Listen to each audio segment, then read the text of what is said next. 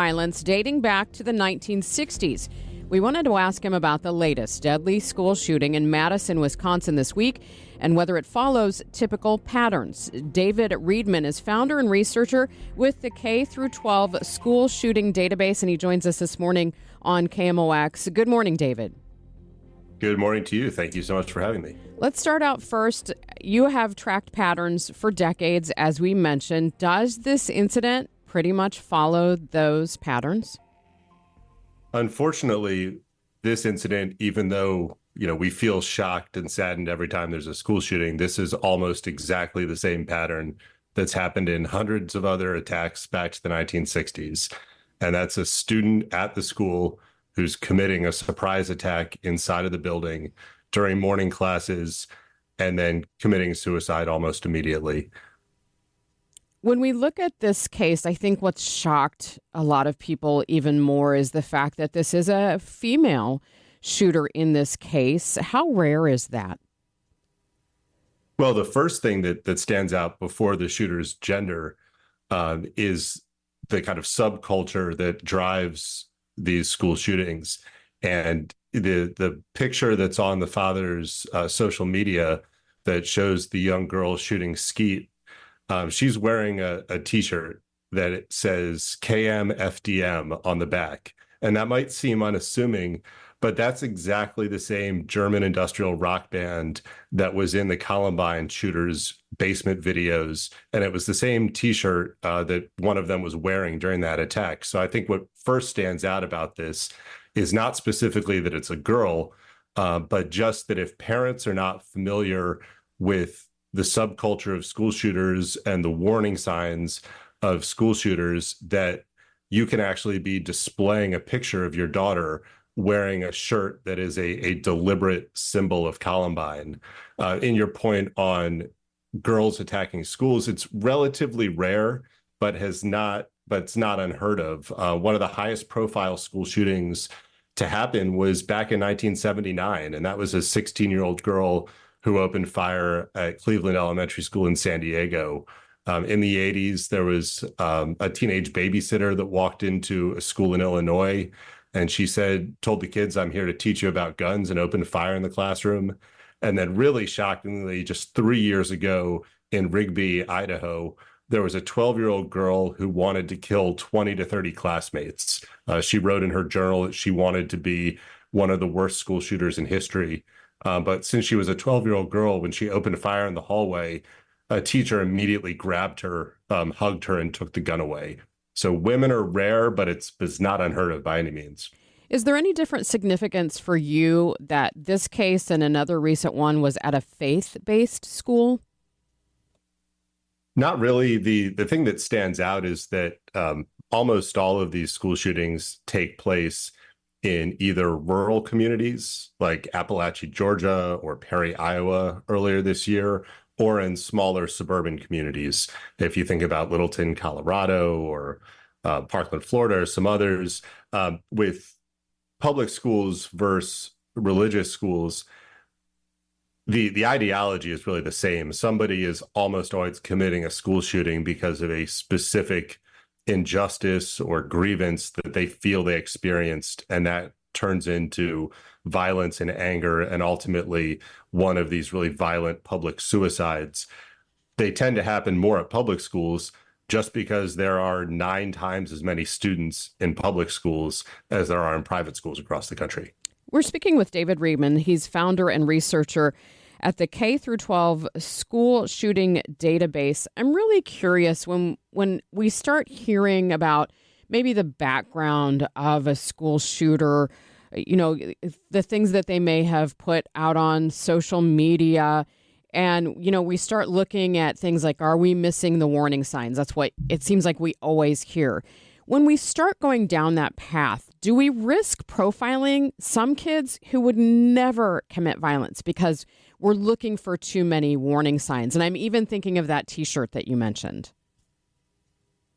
Yes, that's a general challenge with preventing crime, whether it's children or adults in any context, is that until somebody has taken a criminal action, there's not a lot of things that we can do.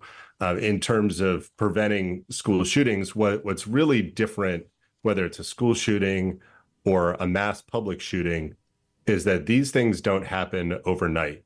There's usually a pattern for weeks, months, even years, where somebody has something that happens, have some grievance or injustice that they feel, and over time, the way that they talk about it will shift from that just being something that happened to something that they fixate on and start blaming every one of their problems on that specific place or people. And then that language will shift again, and they'll start talking about violence in the context of addressing that grievance. And just before a school shooting or a mass shooting, there's almost always rhetoric, either in a manifesto or statements to other people, about the shooting being their only option, violence being their only option, being actively suicidal. So if somebody can notice the trajectory there of everybody experiences some sort of grievance or disappointment at some point in their life, but it's that fixation, the transition to violence, and then this feeling that there's no way out, no other option other than committing violence or killing yourself. We've touched on this, but in this case, the alleged shooter had no previous interactions with law enforcement. Is that pretty common, that this is the first time maybe these individuals commit any act of violence? In most cases, there would not be any formal criminal behavior prior to a school shooting. I mean, in most cases, the shooters are between 12 and 17 years old. So the chances of having formal justice involvement at that age are pretty slim. What is common is that it will come out that there were probably threats, probably clear statements about this happening, but it's rare to have, formal criminal charges prior to a shooting happening. You mentioned the trends that you've watched. I've looked at some of your work. Let's talk about guns. Would school violence still occur without guns? This attack probably wouldn't happen without guns, or it would happen differently. I mean, the thought that a 15-year-old girl in a classroom would be able to fatally stab two people and then wound, 6 others, that just seems much more unlikely with a knife versus a gun. I took a look at last year the characteristics of all stabbings that I could find on school property. And there were roughly 5 times as many shootings that occurred at schools last year compared to stabbings, even though there are dozens of knives that are available in every single home. And within those stabbings at school, there were no mass stabbings, and a small portion of them were fatal stabbings. So I think that the biggest difference between a gun and a knife is that in this case, a 15-year-old girl can kill or harm multiple people with a gun, probably would not be able to do that with a knife. David, I have teenagers. I talk to other parents with teenagers. A lot of them feel like it's inevitable that at some point there's going to be a violent act at their school. So as adults, what are we missing when it comes to school violence and what we could do about it? It's creating a trusting environment where students are comfortable talking to their teachers or talking to their parents about a problem before it escalates to that point of violence. I looked at 125 averted school shootings over the last 5 years. And those were attacks where somebody had intent to harm others, was trying to obtain weapons, had a clear plan. And 80% of those attacks were averted based on a tip from another student. It's not a formal threat assessment team that's doing this. It's not a law enforcement intervention. It's a classmate saying that there's a problem. Students are going to know there's an issue, and they need somebody who they feel like they can trust to talk to and address that. And most of all, instead of putting a student who's a potential offender into prison, we need to find a way to help rehabilitate, to help deal with the trauma in their life so that they don't go down this pathway to violence. So we need non-punitive interventions, because students don't want to send a classmate to prison. They want their classmate in crisis to get help. David Reedman, thank you so much for your time this morning. Thank you so much.